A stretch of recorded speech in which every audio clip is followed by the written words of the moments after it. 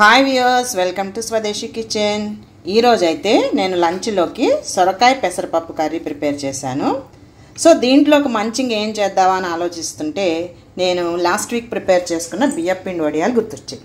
So ఈ బియ్యపిండి వడియాలు ఫ్రై చేస్తాను. ఇప్పుడు ఇవి ఎలా ప్రిపేర్ చేశానో నేను మీకు చూపిస్తాను. పదండి, ఫస్ట్ లెట్స్ గో. ఈ బియ్యపిండి వడియాల కోసం ముందుగా ఒక గ్లాసు బియ్యపిండి తీసుకున్నాను నేను. సో మనం ఏ గ్లాస్ అయితే కొలత తీసుకున్నామో ఆ గ్లాస్తో మొత్తం 7 గ్లాసులు నీళ్లు పడతాయండి. ఒక 6 గ్లాసులు స్టవ్ మీద మరిగించుకొని ఒక గ్లాస్ వాటర్తో మనం పిండి కలుపుకోవాలి. సో అది ఎలాగో చూసేద్దాం రండి. పిండి ఇలా జారుగా కలుపుకోవాలండి, ముందు పేస్ట్ లాగా. అలాగే ఒక 6 గ్లాసెస్ ఆఫ్ వాటర్ స్టవ్ మీద మరిగించుకోవాలి. వాటర్ బాగా బాయిల్ అయిందండి. ఇప్పుడు దీంట్లో మనం ఒక పెద్ద టేబుల్ స్పూను నువ్వులు వేసుకుందాం.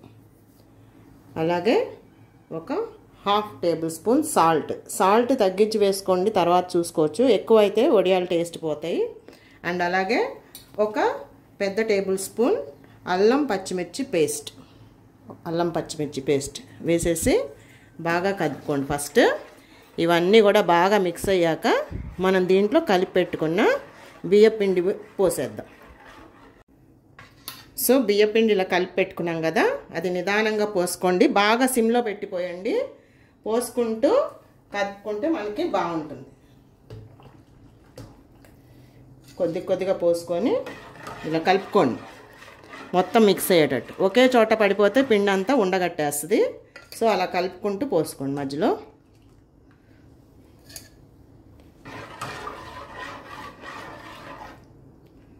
సో మొత్తం పిండి అంతా ఇలా పోసేసుకొని దాన్ని సిమ్లోనే బాగా ఆ పిండి ఉడికే వరకు ఉంచుకోండి. ఒక 10 మినిట్స్ పడుతుంది, పెట్టుకుందాం. ఇలా తిప్పుకుంటూనే ఉడికించుకోండి, లేదంటే అడుగు పట్టేస్తుంది. సో ఇలా స్లోగా తిప్పుకుంటూ ఉడికించుకోండి. సాల్ట్ చెక్ చేసుకోండి. సాల్ట్ మనం మామూలుగా టేస్ట్ చేస్తే కొద్దిగా తక్కువగా ఉండాలి, ఎందుకంటే డ్రై అయిన తర్వాత దానికి అది సరిపోతుంది. చూసారా, ఇలా చిక్కగా రావాలి. ఇప్పుడు ఆఫ్ చేసేసుకొని దీన్ని బాగా చల్లారబెట్టుకోవాలి పిండిని. సో వడియాలు పెట్టుకోవటానికి నేను ఇలా అయితే టీపాయ్ రెడీ చేసుకున్నాను. టీపాయ్ మీద ఒక థిక్ పాలిథిన్ షీట్ వేసుకొని దాని మీద వడియాలు పెట్టుకొని, నాకు ఇటు సైడ్ ఎండ వస్తుంది బాల్కనీలో. సో ఇక్కడ ఎండలో ఒక 2 డేస్ పెట్టుకుంటే మనకి వడియాలు చక్కగా ఎండిపోతాయి. చూసారా, పిండి అయితే ఇలా మనకి స్పూన్కి జారుడుగా ఉండాలి. ఇలా వేస్తే ఇలా జారాలి. సో ఇలా కొద్దిగా తీసుకొని మీరు ఒక్కొక్క స్పూన్ ఇలా జస్ట్ వేసి ప్రెస్ చేయండి.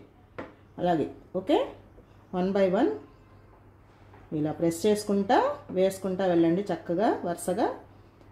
అన్నీ వేసాక మళ్ళీ చూపిస్తా. సో నేనైతే ఇలా పెట్టానండి టీపాయ్ మీద. మన చిన్నతనంలో అయితే మా అమ్మగారు పిండి పట్టిస్తే పిల్లలందరం డాబా మీద చక్కగా చీరలో దుప్పట్లో పరిచి చకచకా పెట్టేసేవాళ్ళం. ఇప్పుడు మనకు ఆ స్కోప్ లేదు కాబట్టి ఉన్న ప్లేస్లోనే మనం కొద్దిగా చేసుకుంటే అందరికీ బాగుంటుంది. ఇవి ఇప్పుడు ఒక 2 డేస్ ఎండలో ఎండబెట్టుకుంటే అవి చక్కగా మనం 1 year వరకు నిల్వ పెట్టుకోవచ్చు డబ్బాలో పెట్టుకొని. మీకు మధ్యలో పిండి చిక్కబడిందంటే కొద్దిగా హాట్ వాటర్ పెట్టుకొని ఇలా పోసుకొని కలుపుకోండి. నో ప్రాబ్లం, ఏమీ అవ్వదు. చక్కగా దీన్ని మళ్ళీ జ్యూసీగా మళ్ళీ లిక్విడ్ లాగా వచ్చేటట్టు తిప్పేసుకొని పెట్టేసుకోండి వడియాలు. ఓకే, సో ఒక్కోసారి ఇలా గట్టి పడిపోతూ ఉంటుంది చల్లబడే కొద్దీ. ఇలా వాటర్ పోసుకొని కలుపుకొని పెట్టుకుంటే మనకి ఈజీగా అయిపోతుంది. వడియాలు అయితే చక్కగా ఇలా ఎండిపోయినాయండి.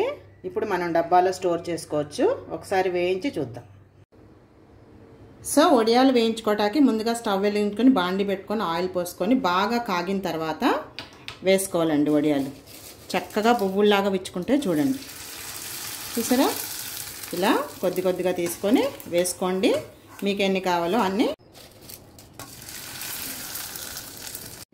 సో వడియాలు అయితే చక్కగా పువ్వుల్లాగా ఇలా విచ్చుకున్నాయండి. ఎంతో క్రిస్పీగా కూడా ఉంటాయి. మనం బయట కొనుక్కునే ఫ్రైమ్స్ కన్నా అలాగే చిప్స్ కన్నా ఇవి చాలా బెస్ట్. సో మీరు కూడా ట్రై చేయండి, ఎలా ఉందో కామెంట్ చేయండి. Bye friends, see you in the next video.